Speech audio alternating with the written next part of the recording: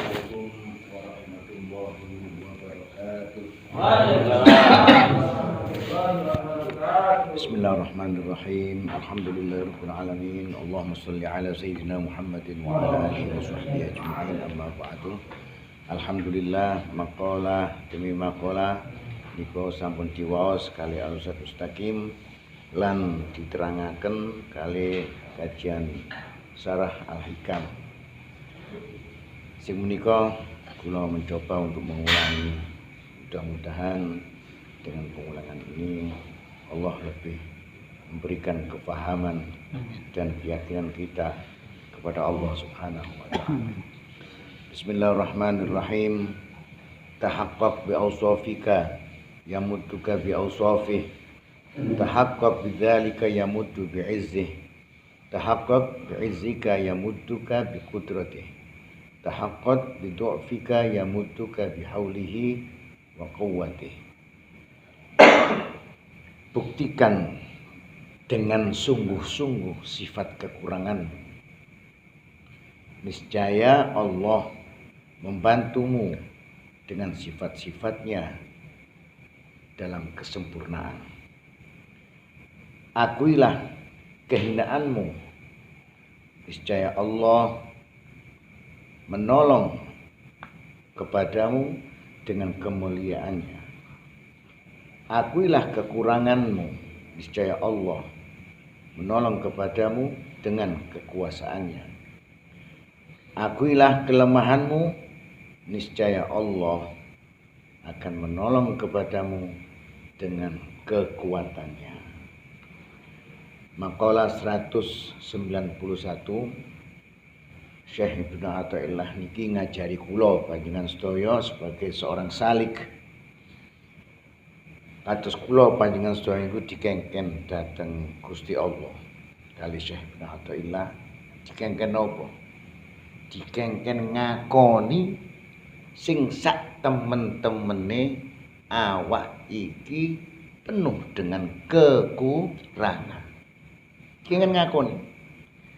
Lek kula panjenengan sedaya niki bener-bener ngakoni dengan sifat-sifat kekurangan niku, maka Allah niku bakal nulung kula panjenengan sedaya dengan sifat kesempurnaan. Diterusaken malih terus Syekh Ibnu Athaillah lan akonono kehinoan awakmu, niscaya Allah juga akan menolong kepadamu dengan kemuliaannya. Dikengken malih kalih Syekh Ibnu Athaillah, akonono kekuranganmu, niscaya Allah akan menolong kepadamu dengan kekuasaannya. Dikengken malih kalih Syekh Ibnu Athaillah, akuilah kelemahanmu, niscaya Allah akan menolong kepadamu dengan kekuatan. Jamaah Majelis Ta'lim khusus kajian Al-Hikam, Syekh Ibnu Athaillah niki jelasaken kados ngeten niki termasuk kepada murid-muridnya yang bisa dikatakan orang-orang salik. Niku wis yakin dhisik. Sampai niku wis memahami tentang ketauhidan kepada Allah. Tentang apa? Tentang bahwa Allah itu maha sempurna dalam segala bentuk sifat-sifat. Wis yakin pula kula sampeyan sedaya niki bahwa Allah iki sing maha mulia. Liyane Allah gak ono sing Iku wis yakin. Kemudian juga diajarkan agar kula panjenengan sedaya niki mengakui dan meyakini terlebih dahulu bahwa Allah itu maha kuwasa. Liyane sing kuwasa, gak ono sing kuwasa. Iku yakin harus sebagai seorang salik. Harus bener-bener ya yakin. Duduk percaya, kok percaya, tapi dalam hatinya kosong, tidak ada keyakinan. Niki harus ya yakin. Kemudian juga Syekh Ibnu Athaillah mengajarkan, mengingatkan bahwa hanya Allah yang maha kuat. La haula wala quwata illa billah. Iku sama yakin, sak yakin-yakine. Sama lek gak yakin maka tidak akan bisa melakukan apa yang diajarkan oleh Syekh Athaillah.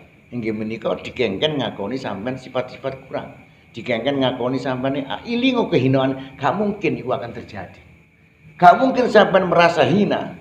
Tidak mungkin sampean merasa kurang sempurna. Tidak mungkin sampean merasa lemah ketika kula sampean tidak mengakui bahwa Allah yang maha sempurna, bahwa Allah yang maha kuasa, dan Allah yang maha kuat. Kan repot ya. Makanya kaya kula sampeyan iki gak gampang ati iki nrimo ngakoni bahwa aku gak iso apa-apa. Repot. Apa kok repot? Karena kita tidak yakin bahwa Allah itu maha kuasa. Lek sampean repot ngrasa hina, berarti sampean iku gak yakin lek Gusti Allah ku maha mulia. Iku bandingane, iku ilmu pasti. Dicontohi mawon sama. Gak mungkin sampean ngrasana nisor lek sampean gak ngakoni langit iku ana ndukur. Nggih napa mboten? Jelas. Pasti napa mboten niku? Nah, makanya dengan ajaran yang seperti ini, terus kula sampean iki harus introspeksi diri. Lah iya rek, aku biyen iki mulai biyen kepengin ngrasa salah. Dengan merasa salah, dengan merasa banyak dosa, kita itu akan muncul yang sifatnya bahwa diri ini akan hina. Muncul sifat pengakuan kehina. Kok ana wong keben dosa ngrasa mulya yo. Ana ah. Sing ana lek wong ngrasa bek dosae mestine ngrasa hina. Lek wis ngrasa bek susahe, bek salahe, sing ngrasa mulya berarti benar-benar dia buta akan kemuliaan Allah Subhanahu. Nah, ini bahaya iki, bahasa tauhid, bahasa ilmu hakikat yang sifatnya sudah mencapai pada tingkatan tinggi. Makolahnya wis 191. Memang dia mriki keterangane ngaten tok, lek awakmu kepingin mulya ngrasa hina nang Gusti Allah. Engko Gusti Allah kaya kemuliaan. Lek awakmu ngrasa gak kuat, lek kepingin oleh kekuatan, ngrasa gak kuat, engko dikei kekuatan ambek Gusti Allah. Makole ngoten tok. Tapi makna dalamnya gini gua. Lek kula sampean tidak merasa hina, lek kula sampean tidak merasa lemah, berarti kula sampean iki ngrasa gak ngakoni Gusti Allah lek iku mul. Ya gak ngakoni lek Gusti Allah iku kuat. Iki satu bahasa sindiran yang sangat dalam. Giblak, misalnya ana wong sik gak ngrasa hina. Ketika dia tidak merasa hina dan ketika itu pula dia itu tidak mengakui bahwa Allah itu maha mulia. Paham sampean? Makane dikongkon Syekh Ibnu Athaillah, lek awakmu kepingin mulya, bahasa ngoten mawon. Iki alusane temane. Lek awakmu kepingin mulya, ngrasa hina. Engko dikei kemuliaan ambek Gusti Allah dadi mul. Lek awakmu kepingin kuat, ngrasa gak kuat, engko Gusti Allah iki sing maha kuat akan memberi kekuatan. Lek awakmu kepingin sugih, ngrasa melarat bahwa sing sugih Gusti Allah akan melimpahkan kekayaannya kepada kita. Nah, lek menyebut bahas tentang kekayaan, niki beda malih. Kekayaan di sini bukan berarti kaya harta. Nah iki sampeyan eling-eling, bahasane wis tingkatane rada dhuwur.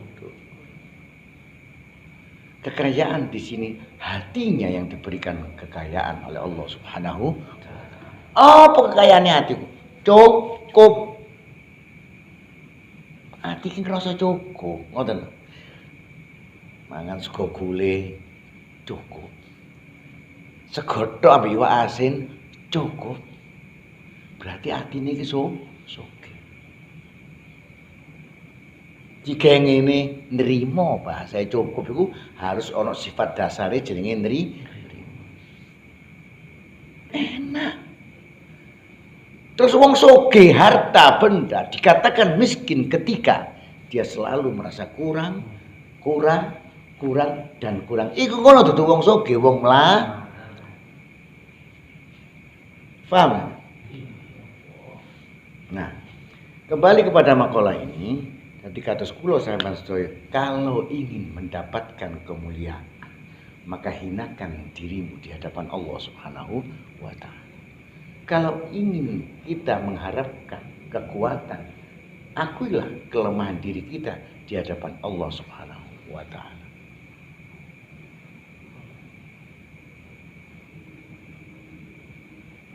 Tapi saat ini gak gampang kan? Soalnya efeknya, ini satu pelajaran. Akibatnya apabila kita tidak melakukan seperti ini, maka sama dengan hukumnya ini, hukum pasti. Sama dengan kita tidak mengakui bahwa Allah itu Maha Kuasa atau Maha Kuasa. Contohnya kayak ini, sampai tidak mungkin akan merasa hina, tidak mungkin merasa rendah, tidak mungkin merasa lemah. Apabila kita tidak mengakui bahwa Allah yang Maha Kuasa, bahwa Allah yang Maha Mulia, bahwa Allah yang Maha Kuasa. Koyok sampean metu nang embong gelok langit.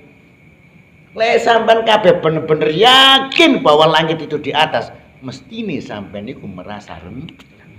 Ono ni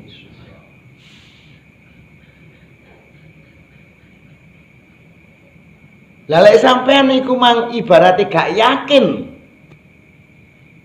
dan tidak menyadari, tidak mengakui bahwa diri ini di bawah, bahwa yang di atas itu langit, berarti kula sampean niku gak yakin lek langit iku ono ndu. Paham maksudnya? Lah ini infaknya kepada Allah Subhanahu wa taala bahayanya. Lek nang langit gak ngakon ono ndukur gak dosa. Kok ono dosa men gak ngakon gak langit iki ono ndukur gak dosa. Tapi ketika kita tidak mengakui bahwa Allah yang Maha Mulia, bahwa Allah yang Maha Berkuasa, maka kita bisa dikatakan keluar dari Islam, atau disebut juga dengan murtad.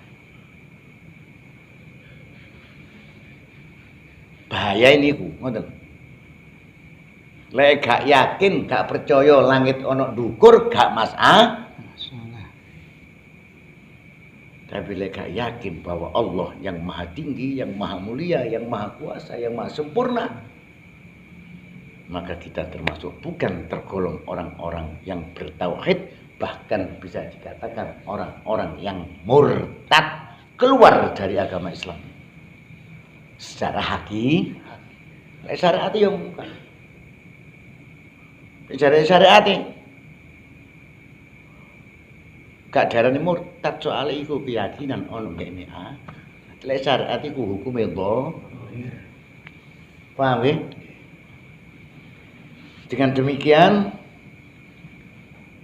diharapkan oleh Syekh Ibnu Athaillah agar supaya kita bisa merendahkan diri di hadapan Allah dan mengakui bahwa Allah yang Maha Mulia, bisa melemahkan diri di hadapan Allah karena mengakui Allah yang Maha Kuasa. Kemudian makalah selanjutnya, rubbama ruzikal karamata man lam takmul lahul istiqamah. Ada kalanya diberi rezeki kekeramatan, keistimewaan seorang yang belum sempurna istiqomahnya. Bagi seorang salik ada kalanya keyakinan akan dirinya tentang kerendahannya, tentang kelemahannya, tentang kekurangannya itu durung sempurna, durung istiqomah, durung terus menerus atine koyo ngene itu. Tapi Gusti Allah iki mangkehi kelebihan, satu kejadian yang luar biasa yang keluar pada dirinya. Itu bukan berarti diterimanya atau sayangnya Allah kepada dia, tidak. Tapi itu gambaran satu ujian bagi salik itu. Maksudnya apa sih? Makola iki kon ngrokso nang awake dhewe-dhewe. Kon iki krasa bahwa awakmu iki durung iso apa-apa. Tapi Gusti Allah ngkai kramat. Iso ngene tanpa ia sadari. Ngono ujian. Awakmu ngono iku mungkin ditolong ambek Gusti Allah atau dilulu ambek Gusti Allah. Lek ditolong berarti apakah engkau akan bersyukur kepada Allah? Lek ditolong ambek Gusti Allah, mauna. Lek ditolong ambek Gusti Allah, apa awakmu iki syukur nang Gusti Allah? Maka bagi orang-orang yang mendapatkan maunah pertolongan Allah yang seperti itu, kebanyakan mereka bersyukur kepada Allah Subhanahu wa taala. Padahal sih durung istiqomah, kelakuane merendahi diri iki diakoni ya Allah, awakku sik koyo ngene. Tapi kok dikai kelebihan-kelebihan yang luar biasa. Malah dia itu bersyukur kepada Allah Subhanahu wa taala. Tapi ketika dia sudah merasa belum sempurna, belum istiqomah, kadang muncul kesombongan, muncul keriakan, diakui yang seperti itu. Kemudian Allah memberikan kejadian-kejadian yang luar biasa, yakni karomah atau keistimewaan. Tapi kamu gak syukur, malah bangga. Berarti itu namanya bukan mauna tapi istidrak, dilulu oleh Gusti Allah. Mungkin itu pernah terjadi di antara kita sebagai seorang salik. Mungkin tahu kejadian ini kados ngoten. Lha sampeyan rasakno saiki, opo aku iki bersyukur nang Allah ataukah saya ini malah sombong, bangga dan riya? Lek aku iso kejadian-kejadian yang luar biasa, mungkin aku bendungakno umure garune dikabulno ambek Gusti Allah. Kan satu karomah. Satu kejadian yang luar biasa, gak gampang kabeh wong ndonga dikabul. Didelok rasa nang ati. Aku kok selalu ngene dikabul ambek Allah. Apakah saat itu aku bersyukur kepada Allah atau sebaliknya aku bangga dan memuji-muji diriku sendiri? Lek sing koyo ngono kejadiane, berarti itu namanya dilulu ambek Gusti Allah. Naudzubillah min. Lah pada hakikatnya, hakikat sing tak temeni, sing diarani karomah iku sing sak bener-bener karomah. Hakikat iku apa sih? Dia diberikan oleh Allah satu kejadian-kejadian pada dirinya sing gak biasa wong iso nglakoni, iku wong iso nglakoni. Apa iku? Siji, menjaga hatinya dari semua sifat-sifat tercela. Sampeyan wong kabeh ning donya iki repot lek dikongkon ngilangno sifat tercela ana ati. Iya apa kan? Nggih. Ngilangno ujub, riya, sombong, hasud, iri, macam-macam semua sifat tercela. Repot. Sawet tok sing jenenge ujub iki diilangne iki cek repot. Padahal beberapa pohon. Kan ngoten. Tapi Allah Subhanahu wa taala memberikan karomah sampai diberikanlah kemampuan sampai Allah Subhanahu wa taala sehingga sampai mampu menghilangkan penyakit-penyakit hati atau sifat-sifat tercela. Itulah yang disebut dengan hakikat karomah. Duduk karomah iku sing mlaku nang ndukur banyu iku tingkatan-tingkatan syariat. Tapi lek hakikat karomah, heran aku ngelok wong iki. Bahasa kaya kabeh wong dipuji, sombong, iso bangga, iso riya. Iki wong dipuji yo pancet nih, gak dipuji yo koyo ngene. Gak berubah. Dia istiqomah, mampu diberikan oleh Allah kekuatan, kekuasaan dalam menjaga hatinya dari sifat-sifat tercela. Iku hakikate karomah.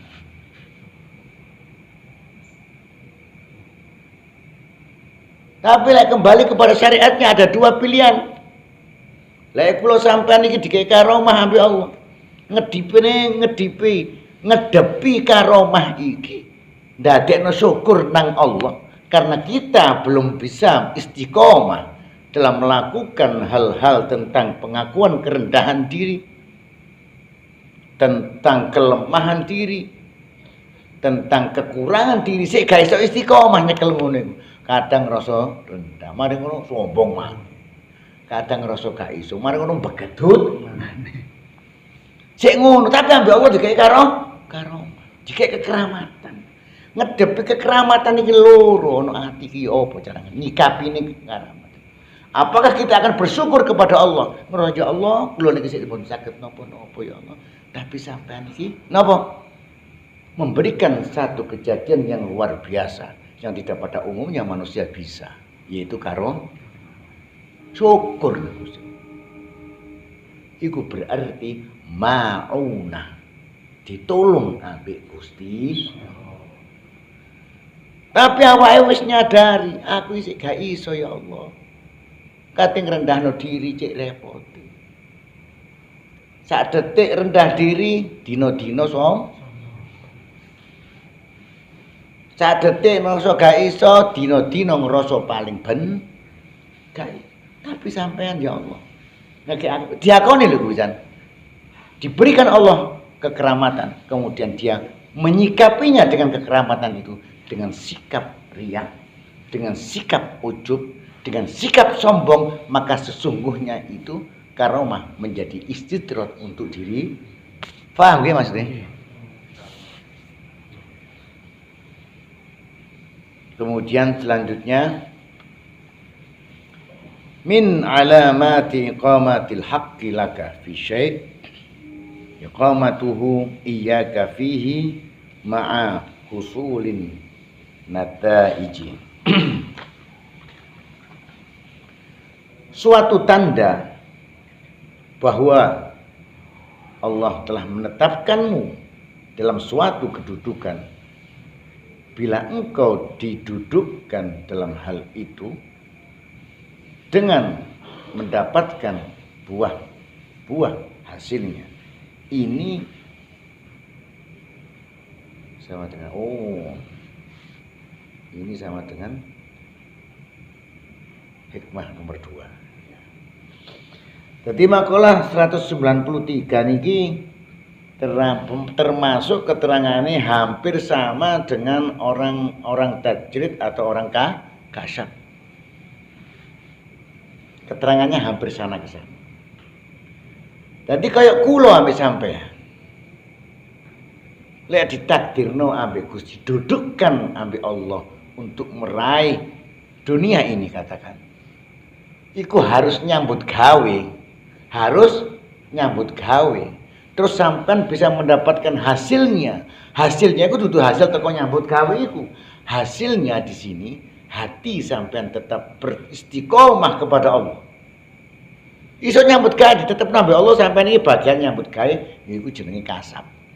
Kasab itu digolongno golongan orang-orang yang harus mencari rezekinya dengan bekerja atau usaha. Sampean dilungguhno kono jedek. Tapi hasilnya itu sampean bisa merasakan buah. Maksudnya ya apa? Dengan bekerja itu sampean tambah beriman kepada Allah. Itu hasil kerjaan nih. Hati ini sampean tambah beriman kepada Allah. Tambah yakin kepada Allah dan tenang dengan kedudukan tersebut. Atau sak walike mungkin sampai ini golongane wong tajrid. Wong tajrid sing gak harus usaha atau nyambut gawe. Tapi dikongkon beribadah melulu tok nang Gusti Allah. Dan di situ sampean itu merasakan buah daripada jadi orang tajrid itu. Apa buahnya? Sampean tambah yakin nang Allah, nerimo ambek keputusane Gusti Allah Subhanahu wa taala. Berarti Kula iku didudukno sampean nang ngene golongane wong tajrid. Lah saiki ayo kaca nang awake dhewe-dhewe. Aku iki golongane wong tajrid atau golongane wong nyambut tes.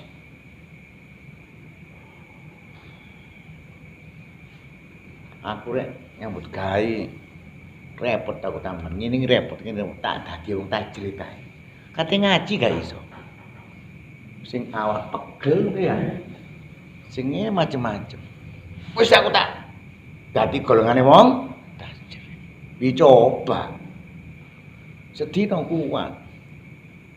Wis gak repot nyambut gawe soalé. Mari sembahyang ngaji. Mari sembahyang wiritan. Mari sembahyang ngaji. Mari sembahyang apa kok kuat? Stoke sih Om. Stok masih ada. Bareng stok nang mek-mek kanggone sedina, ngono lho. Entek. Mulai anak nun bojo jayu. Wis omongan macem-macem. Didelok buahe apa tajrid iki men. Nggawa ati ki mang sabar, nggawa ati kita wakal nang Allah, atau malah gak kuat kula ya Allah malah murang-muring, ya berarti duduk golongane wong tajrid. Paham maksudnya? Dari tajrid iku gak kena dicoba-coba, maksud.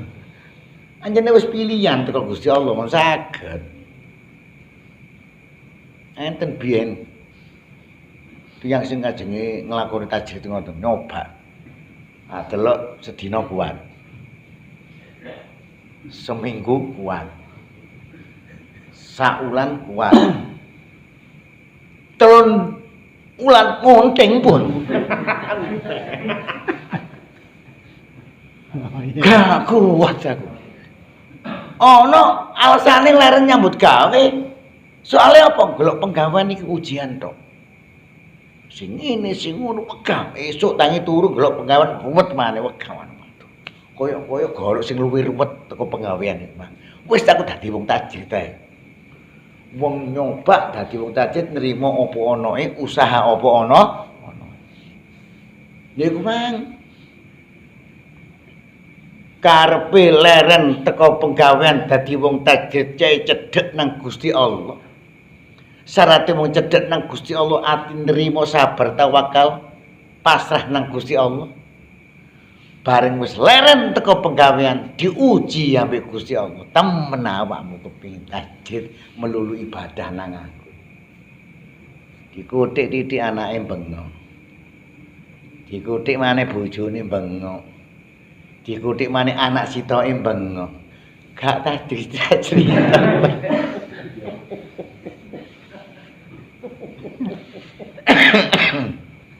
Jadi artinya ngoten, kayak kula sampean yang bisa menyadari hal itu. Lek sampean kula iki gak kuat ngedepi kehidupan tanpa bekerja, berarti kula sampean ini jelas-jelas golongane wong kafir. Dan ada buahnya. Apa buah? Sampean pertama tenang dalam kedudukan itu karena ada penggawean. Dan sampean bisa tenang juga, bisa bahagia karena saat itu meningkatnya keyakinan ini kepada Allah Subhanahu wa taala. Ningkat sing kaya apa? Krana penggawean mang mali syukur nang Gusti. Wah, wis berarti buahnya itu ada. Berarti wis jelas-jelas awake golongane wong kafir.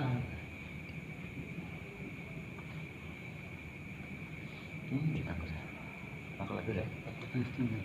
Iya. Nggih. Sulan Pak. Lho. Di sini kok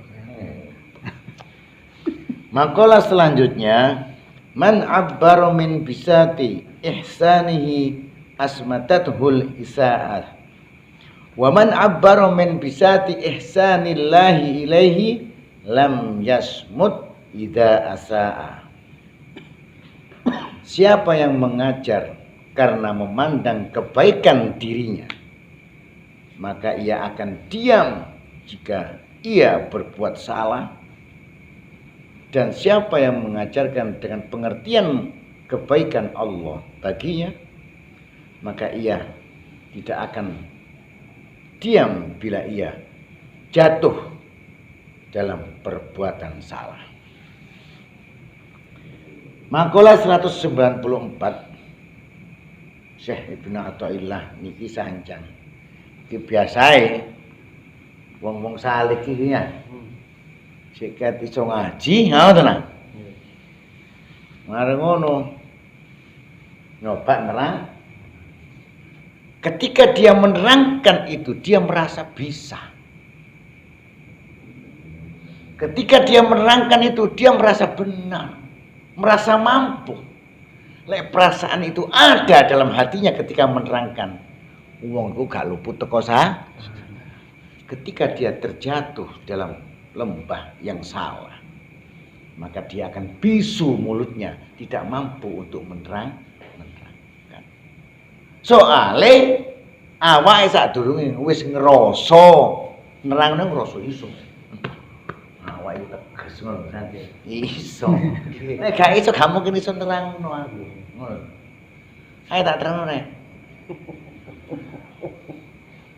Lah lek wis perasaan iso, bisa, pinter dan sebagainya, itu ada dalam hati, jangan coba-coba menerangkan kitab Al-Hikam atau ilmu-ilmu hikmah yang lainnya. Bakal terhenti engkau apabila engkau melakukan kesalahan. Moro gak iso ngomong tep. Bisu wis meneng. Oke. Ya apa ya? Ya seperti itulah apa yang dikatakan Syekh Ibnu Athaillah. Akan terjadi seperti itu. Sebaliknya, apabila dia menerangkan ilmu-ilmu hikmah, dia mengakui bukan berarti dirinya bisa, tidak mengakui dirinya bisa, tidak mengakui dirinya mampu, tidak mengakui dirinya pandai, tapi semata-mata dari nurullah, kebaikan semua dari Allah Subhanahu wa taala. Iku sing ono keyakinan dia. Maka apabila dia jatuh dalam lembah yang salah, dia akan diberikan kemampuan, ditolong oleh Allah, masih mampu menerangkan kitab-kitab atau bahasan-bahasan al-hikmah atau kitab hikam tersebut. Paham Mas Giri? Jadi salik-salik oleh nerangno. Bukan nggak boleh. Yang tidak boleh merasa bisa. Merasa wis aku wis lho. Ya, iku sing gak oleh nerangno fadhol, silahkan. Kalau sudah alasannya jangan sampai kita menerangkan dengan keadaan hati yang seperti itu, maka lihatlah diri sendiri. Aku hati ngomongnya hati iki yo brek. Lek ono riye mandek kok, aja diterus. Aja sok-sok menerangkan. Dan ini ilmu al-hikmah atau al-hikam ini penuh dengan hikmah. Maka tidak bisa diterangkan dengan sok-sokan tadi, pengakuan tadi. Itu sangat bertentangan dengan ilmu itu tersebut. Ilmu hikmah adalah ilmu yang penuh dengan cahaya. Cahaya akan bisa menyinari hatimu ketika hatimu bersih dari sesuatu yang bertentangan dengan cahaya itu. Faham maksudnya? Lah ilmu itu mangkate mlebu nang ati, atine yang sifatnya ada sesuatu yang sifatnya menolak cahaya atau bertentangan cahaya. Kira-kira sepadang atine. Bisa padang mboten? Maksudnya kata ngoten. Kemudian selanjutnya makalah terakhir, tasbiku anwarul hukama'i aqwalahum fahaitsu sarat tanwiru wa salat ta'bir. Makalah 195. Nur ahli hikmah. Cahaya orang-orang ahli ma'rifat yang mendapatkan ilmu ma'rifat, mendapatkan ilmu-ilmu hikmah. Cahaya itu selalu mendahului perkataan mereka. Karena itu, di mana telah mendapatkan penerangan dari nur itu, sampailah kepada kalimat yang dikatakan oleh mereka. Jadi wong-wong makrifat niku, enggak terus Syekh Ibnu Athaillah. Wong-wong makrifat iku sadurunge ngomong, iku ana nur hikmah, nur ilmu hikmah. Itu menyinari pada dirinya sadurunge ngomong. Paham bisa sadurunge nerang. Iku wis oleh cahaya itu ke Allah Subhanahu wa taala tentang ilmu-ilmu hikmah. sampai meresap kepada otak dan lisannya, sehingga dia apabila berkata-kata itu enak didengar dan mudah diterimanya. Jajan udah ahli hikmah. Lah wong ahli hikmah karena Allah yang menyinarinya padha ngeten lho. Sakniki sampean ibarat nerangno, nggih. Nerangno iku padha karo ndudukno dalan, kan ngoten nggih. Sampean niku kate ndudukno dalan, dalan iki peteng. Karepe ndudukno lho dalan iki peteng, sampean gak sentolo. Kira-kira ndudukno mang tambah wong sing sampean ndudukno kesasar, sampean melok kesasar tambah bener. Kesasar. Kecuali orang-orang yang mendapatkan sinar oleh sentolop disentolopi ambek Gusti. Paham maksudnya? Jelas ya? Baru gak kesasar, padha ambek dituntun kali Gusti. Iya. Mugi-mugi makalah demi makalah menika sampun diterangaken kalih Ustaz Mustaqim ingkang kula ulas kembali, mudah-mudahan bertambah kefahaman dan keyakinan kita kepada Allah Subhanahu wa taala.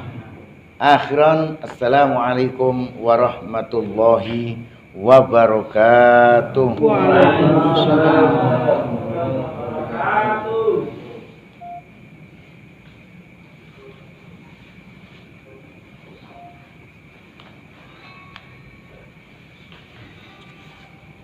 Alhamdulillah. Ya Allah. Bismillah.